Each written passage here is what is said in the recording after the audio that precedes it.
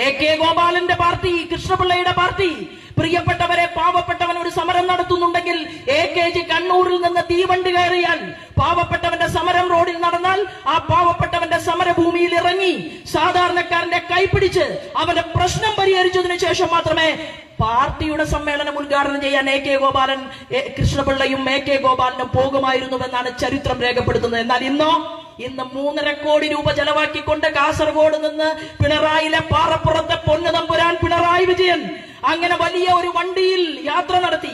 ആ വണ്ടിയെ കുറിച്ചാണ് പാലക്കാട്ടെ ബാലേട്ടൻ പറഞ്ഞത്, അത് നമുക്ക് കുഴപ്പമൊന്നുമില്ല, 3.5 കോടി ചെലവാക്കിയാലും മ്യൂസിയത്തിൽ വെക്കാം എന്നാണ് പറഞ്ഞത്. ഏത്? പിണറായി വിജയന്റെ ബസ് യാത്ര.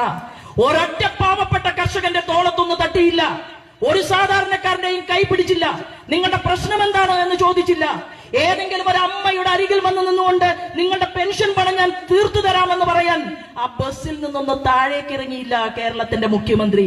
അതായിരുന്നില്ല അച്യുതാനന്ദൻ. അങ്ങനെയുള്ള മുഖ്യമന്ത്രിക്കെതിരെ പത്രമാധ്യമങ്ങളിലൂടെ വലിയ മുദ്രാവാക്യങ്ങളും വലിയ സ്റ്റേറ്റ്മെന്റുകളും ഇറക്കിക്കൊണ്ടാണ് ഈ നിലമ്പൂരിലെ അൻവർ രാജിവെച്ചത്. അൻവർ രാജിവെച്ചത് നിലമ്പൂരങ്ങാടിയിൽ വീതിയുള്ള റോഡ് വേണമെന്ന് ആവശ്യപ്പെട്ടിട്ടാണോ? അത് നിയമസഭയിൽ ആവശ്യപ്പെട്ടപ്പോ കൊടുക്കാതെ പിണറായി വിജയൻ മുഖം തിരിച്ചതുകൊണ്ടാണോ ഇവിടുത്തെ MLA രാജിവെച്ചത്? അല്ല. എന്തിനു വേണ്ടിയിട്ടാണ് രാജിവെച്ചത്?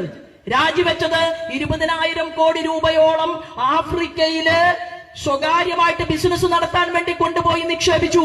ആരുടെ പൈസയാണ്? അൻവർ പറഞ്ഞത് ഇപ്പൊ ആകെ ദാരിദ്ര്യം എന്നാണ് പറയുന്നത്. 4 ഷർട്ടാ ഇട്ടിരുന്നത് പിണറായി വിജയന്റെ കൂടെ ഇരിക്കുന്ന കാലത്ത്, ഇപ്പൊ 2 ഷർട്ടായിട്ട് ചുരുങ്ങി, കാശ് കുറഞ്ഞു എന്നാണ് പറയുന്നത്. എന്താ അതിനർത്ഥം? പിണറായി വിജയന്റെ മണി പമ്പിംഗ് ഏജന്റ് ആയിരുന്നു മലപ്പുറത്ത് അൻവർ എന്നാണ് അതിനർത്ഥം. കാരണം 20,000 കോടി രൂപ ആരുടെ പണമാണ് കൊണ്ടുപോയി നിക്ഷേപിച്ചത്? എന്തിനാണ് അൻവറിന് ടിക്കറ്റ് കൊടുത്തത്? അൻവർ എന്ന് പറയുന്ന മനുഷ്യനെ കമ്മ്യൂണിസ്റ്റ് പാർട്ടിയിൽ കൊടിപിടിച്ച് തന്റെ ഇടമുള്ള കഴിവുള്ള പ്രാപ്തിയുള്ള സഖാക്കന്മാർ മത്സര രംഗത്ത് വരാൻ നിലമ്പൂരിൽ ഇല്ലാത്തത് കൊണ്ടാണോ അൻവർ എന്ന് പറയുന്ന കമ്മ്യൂണിസ്റ്റുകാരനല്ലാത്ത മനുഷ്യനെ നിങ്ങൾ ടിക്കറ്റ് കൊടുത്ത് ഇവിടെ മത്സരിപ്പിച്ചത് മിസ്റ്റർ പിണറായി വിജയൻ? അല്ല.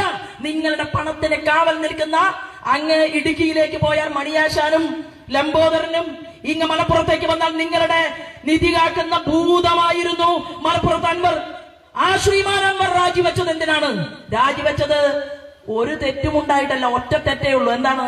പങ്കുവെച്ച പണത്തിന്റെ ഏറ്റക്കുറവനുസരിച്ചുകൊണ്ടും പിന്നെ പോലീസുകാർക്ക് നല്ല പോലീസുകാരുമുണ്ട്, അത്യാവശ്യം കൈക്കൂലി വാങ്ങുന്ന പോലീസുകാരുമുണ്ട്, പിന്നെ ഗതികേട് കൊണ്ട് മാർക്സിസ്റ്റ് പാർട്ടിയുടെ നേതാവല്ലേ പിണറായി വിജയൻ എന്ന് കരുതിയിട്ട് നട്ടല് വളച്ച അരുവാട് പോലെ ഓച്ചാനിച്ച് നിൽക്കുന്ന പോലീസുകാരുമുണ്ട്. നല്ല ആണുങ്ങളുമുണ്ട് കേരള പോലീസില്, ഒരു തർക്കവുമില്ല. അങ്ങനെയുള്ള ആളുകളെ ചൊൽപ്പടിക്ക് നിർത്തണമെന്നും നിൽക്കണമെന്നും ആഗ്രഹിക്കുമ്പോ ചില ആളുകൾക്കൊക്കെ രാജിവെക്കേണ്ട സാഹചര്യം ഉണ്ടായി. അങ്ങനെയാണ് നിലമ്പൂരിൽ ഒരു ഉപതെരഞ്ഞെടുപ്പ് ഉണ്ടായത്. എന്താ അൻവർക്ക് പറഞ്ഞത്? മുഖ്യമന്ത്രിയുടെ വീട്ടിലെ കാര്യങ്ങളൊക്കെ തീരുമാനിക്കുന്ന ഇപ്പൊ ആരാണ്? മരുമകനാണ്, റിയാസാണ്. അപ്പൊ റിയാസ് വന്നപ്പോഴാണ് പ്രശ്നം തുടങ്ങിയത്. ഞങ്ങൾ ഇത് നേരത്തെ പറഞ്ഞു ഇല്ലേ? ഞങ്ങൾ പറഞ്ഞു എന്താണ്?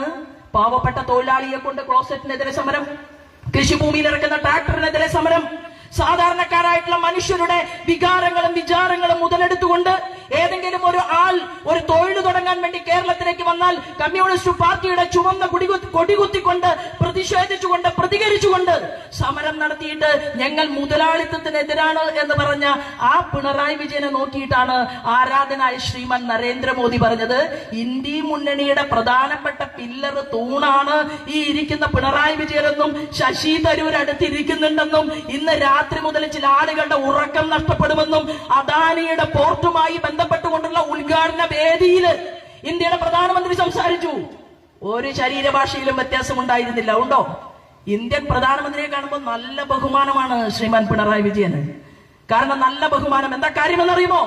ചോദിക്കുന്നതും ചോദിക്കാത്തതും വാരിക്കോരി കേരളത്തിലേക്ക് കൊടുക്കുകയാണ്. കേരളത്തിലെ മുഖ്യമന്ത്രി പോയി ഏതെങ്കിലും ഒരു വിഷയത്തിൽ ചർച്ച നടത്തിയത് കൊണ്ടല്ല ഈ കേരളത്തിലെ വലിയ വലിയ ദേശീയപാതകൾ വന്നത്.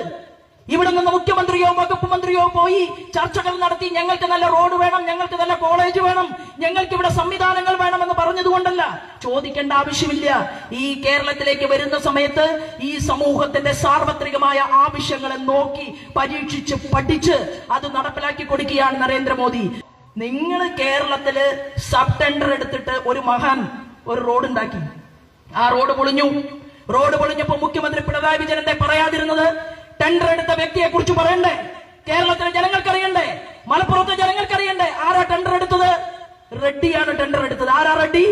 റെഡ്ഡി എന്ന് പറയുന്ന നരസിംഹ റെഡ്ഡി. നരസിംഹ റെഡ്ഡി എന്ന് പറയുന്ന തെലങ്കാനയിലെ കോൺഗ്രസിന്റെ 2 തവണ MLA ആയ റെഡ്ഡി.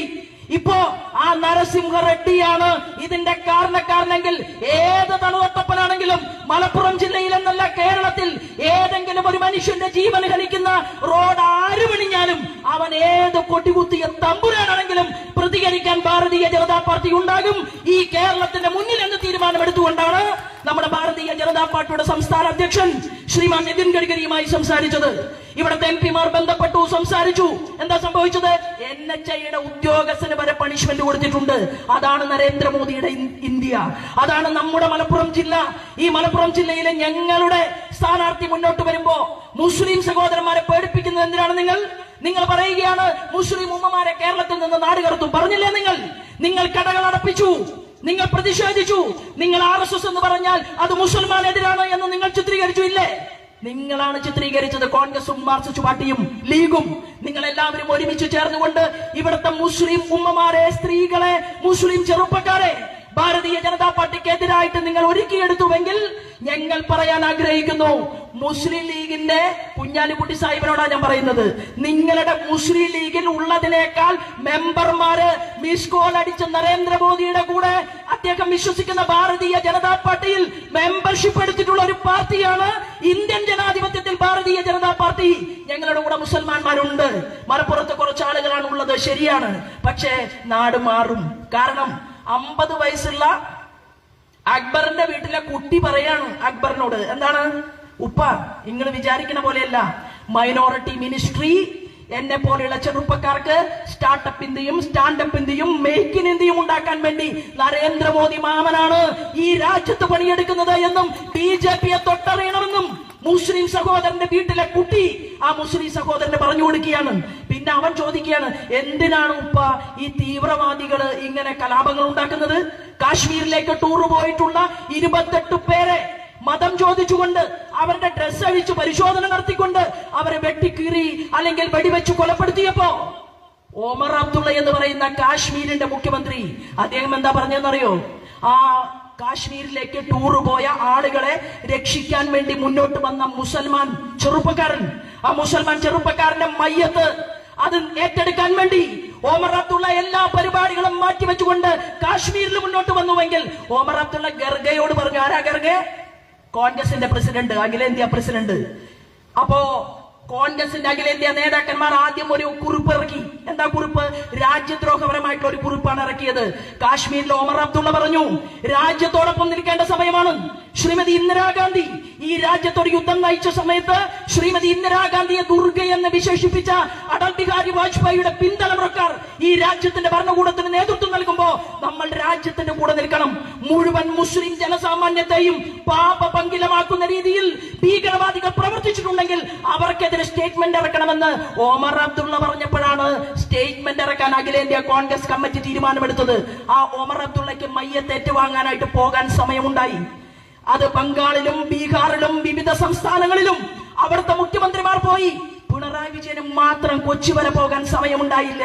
എന്റെയും നിങ്ങളുടെയും പണം ഉപയോഗിച്ചുകൊണ്ട് 1500 ഉറുപ്പിയുടെ തോർത്ത് സുഖചികിത്സയ്ക്ക് എഴുതി വാങ്ങുന്ന കേരളത്തിന്റെ മുഖ്യമന്ത്രി പിണറായി വിജയന് എന്തുകൊണ്ടാണ് ആ ഭൗതിക ശരീരത്തിന്റെ അരികിലേക്ക് പോകാൻ സാധിക്കാതിരുന്നത്? എന്താ സാധിക്കാതിരുന്നത്? ആരെ പ്രീണിപ്പിക്കാനാണ്? ആരെ സ്നേഹിക്കാനാണ്? അതിന്റെ റിസൾട്ടാ ഇപ്പൊ ഉണ്ടായത്. കിട്ടിയില്ലേ? ഈ നിലമ്പൂരിൽ ഞങ്ങളുടെ തങ്കപ്പെട്ട സ്ഥാനാർത്ഥി ഇവിടെ ഇരിക്കുന്നു. അവരുടെ സ്ഥാനാർത്ഥികൾ ആരുടെയാ പിന്തുണ മേടിച്ചത്? ഒരാള് മദനിയുടെ പാർട്ടിയുടെ പിന്തുണ, ഒരാള് വെൽഫെയർ പാർട്ടിയുടെ പിന്തുണ. എന്താണ് അവരുടെ അജണ്ട? എന്താ അജണ്ട? രാജ്യം നന്നാക്കാൻ വേണ്ടി മുസൽമാനും ക്രിസ്ത്യാനിയും ഹിന്ദുവും ഒരുമിച്ച് നിന്നുകൊണ്ട് പ്രവർത്തിക്കുക. അതല്ല അജണ്ട. എന്താ അജണ്ട? ഈ രാജ്യത്തെ വെടിവെച്ചു കൊല്ലാൻ, ഈ രാജ്യത്തിലെ മനുഷ്യരെ വെടിവെച്ചു കൊല്ലാൻ. ഈ രാജ്യത്ത് എന്തിനേറെ പറയുന്നു, സുന്ദരിയായിട്ടുള്ള പാകിസ്ഥാനിലെ മലാല എന്ന് പറയുന്ന പെൺകുട്ടി, മുസ്ലിം പെൺകുട്ടി, നമ്മൾ മറന്നിട്ടില്ലല്ലോ. മലാല പഠിക്കണമെന്ന് ആവശ്യപ്പെട്ടതിന്റെ പേരിലാണ് മലാലയുടെ തലയിലേക്ക് വെടിയുണ്ടകൾ തുളച്ചു കയറിയത്. ഭീകരവാദികളാണ് മലാലയെ കൊല്ലാൻ തീരുമാനിച്ചത്. ആയുഷിന്റെ ബലം കൊണ്ട് മലാലയ്ക്ക് ജീവൻ തിരിച്ചു കിട്ടി. പാകിസ്ഥാനിലെ ബേനസീർ ഭൂട്ടോവിനെ വകവരുത്തിയവർ, അഫ്ഗാനിസ്ഥാനിലെ നജീബുള്ളയെ കൊന്ന് പോസ്റ്റിൽ കെട്ടിത്തൂക്കിയവർ, ആ ഭീകരവാദികൾ ഒസാമ ബിൻ ലാദന്റെ പണം പറ്റിക്കൊണ്ട് ഈ രാഷ്ട്രവിരുദ്ധ പ്രവർത്തനത്തിന് നേതൃത്വം കൊടുക്കുന്ന ആ ഭീകരവാദ ശക്തികളുടെ പിന്തുണയാണ് LDF-ന്റെ സ്ഥാനാർത്ഥിക്കും UDF-ന്റെ സ്ഥാനാർത്ഥിക്കും ഉള്ളത് എന്ന് പറഞ്ഞാൽ നിങ്ങൾക്ക് എന്ത് രാജ്യസ്നേഹമാണുള്ളത്? നിങ്ങൾക്ക് എന്ത് ദേശീയതയാണുള്ളത്? നിങ്ങൾ ഈ നാടിനെ നശിപ്പിക്കാൻ 10 വോട്ടിന് വേണ്ടിയിട്ട് ഏത് ഭീകരവാദിയുമായി കൂട്ടുകൂടുമെന്നുള്ള തീരുമാനമാണ് നിലമ്പൂരിലെ തെരഞ്ഞെടുപ്പിൽ നിങ്ങൾ എടുത്തിട്ടുള്ള തീരുമാനമെങ്കിൽ ഇടത്തോട്ടും വലത്തോട്ടും മാത്രം ചിന്തിച്ചുകൊണ്ടിരിക്കാതെ ആളുകൾ അങ്ങനെ ഓരോരുത്തരായിട്ട് ഞങ്ങളുടെ പാർട്ടിക്കകത്തേക്ക് കടന്നു വന്നുകൊണ്ടിരിക്കുകയാണ്. നല്ല സഖാക്കന്മാരോടുള്ള അഭ്യർത്ഥന, നല്ല കോൺഗ്രസുകാരോടുള്ള അഭ്യർത്ഥന വന്നിട്ടുണ്ട്. കേരളത്തിൽ ആ സകലം കാസർഗോഡ് മുതല് തിരുവനന്തപുരം വരെ കഴിഞ്ഞ പാർലമെന്റ് തെരഞ്ഞെടുപ്പില് കൈപ്പത്തിയിൽ സ്വാഭാവികമായി വോട്ട് ചെയ്തവർ BJPക്ക് വോട്ട് ചെയ്തിട്ടുണ്ട്. അരിവാൾ ചുറ്റികയിൽ വോട്ട് ചെയ്യുന്ന ആളുകൾ നമുക്ക് വോട്ട് ചെയ്തിട്ടുണ്ട്. അതുകൊണ്ടാണ് 20% നമ്മുടെ വോട്ടുകൾ കേരളത്തിൽ നമുക്ക് വളർന്നു. പാർലമെന്റ് തെരഞ്ഞെടുപ്പിൽ 20% വോട്ടുള്ള ഏറ്റവും വലിയ ഒരു പാർട്ടി, ഇന്ത്യൻ ജനാധിപത്യത്തിലെ ഭാരതത്തിലെ ഏറ്റവും വലിയ ഒരു രാഷ്ട്രീയ പാർട്ടി. ആ രാഷ്ട്രീയ പാർട്ടിയെ സുൽഫിത്തിന് സ്നേഹിക്കാമെങ്കിൽ, കമറുനിസിക്ക് സ്നേഹിക്കാമെങ്കിൽ, അവിടെ ദേശീയ തലത്തില് നമ്മുടെ പ്രിയപ്പെട്ട ഷാനവാസ് ഹുസൈന് ഇതിന്റെ മന്ത്രിയായിട്ടിരിക്കാമെങ്കിൽ, മുഖ്തർ അബ്ബാസ് നഖ്വിക്ക് നമ്മളോടൊപ്പം പ്രവർത്തിക്കാമെങ്കിൽ, എന്തുകൊണ്ട് മലപ്പുറം ജില്ലയിലെ നിലമ്പൂരങ്ങാടിയിലെ ചെറുപ്പക്കാർക്ക് ഞങ്ങളുടെ സംസ്ഥാന പ്രസിഡന്റുമായി ഒരു കോറിഡോർ സൃഷ്ടിച്ചുകൊണ്ട് നമ്മുടെ ആശയങ്ങൾ ചർച്ച ചെയ്തുകൂടാ? നിലമ്പൂരിന്റെ ആവശ്യങ്ങൾ പറഞ്ഞുകൂടാ? കേരളത്തിന്റെ ആവശ്യങ്ങൾ പറഞ്ഞുകൂടാ? നമുക്ക് ഈ നാടിനെ മാറ്റണം. ഈ നാടിനെ മാറ്റിമറിക്കാൻ ആവശ്യമായിട്ടുള്ള സാഹചര്യങ്ങൾ ഒരുക്കാൻ, ജനാധിപത്യത്തെ തൊട്ടറിയാൻ എന്റെ സഹപ്രവർത്തകന്മാരായിട്ടുള്ള സഹോദരന്മാർ തയ്യാറാകണം എന്ന് അഭ്യർത്ഥിച്ചുകൊണ്ടാണ് ഞാൻ നിങ്ങളുടെ മുന്നിൽ നിൽക്കുന്നത്. നമ്മുടെ മന്ത്രിയുണ്ട്, ശശീന്ദ്രൻ മന്ത്രിക്ക് മണിക്കൂറുകൾ ഫോണിൽ സല്ലപിക്കാൻ നല്ല അറിവാണ്. പക്ഷേ ശശീന്ദ്രൻ മന്ത്രിക്ക് നിലമ്പൂരിലെയും വയനാട്ടിലെയും വന്യമൃഗങ്ങളുടെ ശല്യം കൊണ്ട് മനുഷ്യർ പിടഞ്ഞു വീണ് മരിക്കുമ്പോ അതിനാവശ്യമായിട്ടുള്ള കാര്യങ്ങൾ എടുക്കാൻ, പ്രവർത്തന പദ്ധതി ഒരുക്കാൻ ശശീന്ദ്രൻ മന്ത്രിക്ക് അറിയില്ല. കടുവയുടെ ഹൃദയമാണ് ശശീന്ദ്രൻ മന്ത്രിക്ക്.